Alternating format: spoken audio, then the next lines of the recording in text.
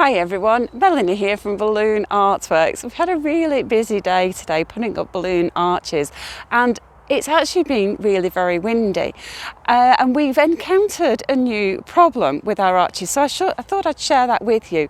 So we've been putting the arch up on an aeropole base, so very heavy weights on either side, and we found that on one side of the arch the base was slipping on the tarmac.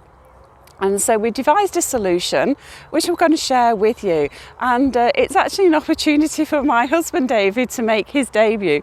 So David's going to be explaining to you what the solution was that we came up with and how we stopped the arch slipping. It might be useful for you when you're working in very windy conditions. So the tape is on the side through which the wind is coming, so the wind is coming in this direction, so that when it pushes it grips across the entire length of the tape rather than just at the edge. If the wind was going that way, it doesn't grip apart from the edge. This way, it grips all the way down the tape. So wind comes from this direction, put it on the leading edge. Smile.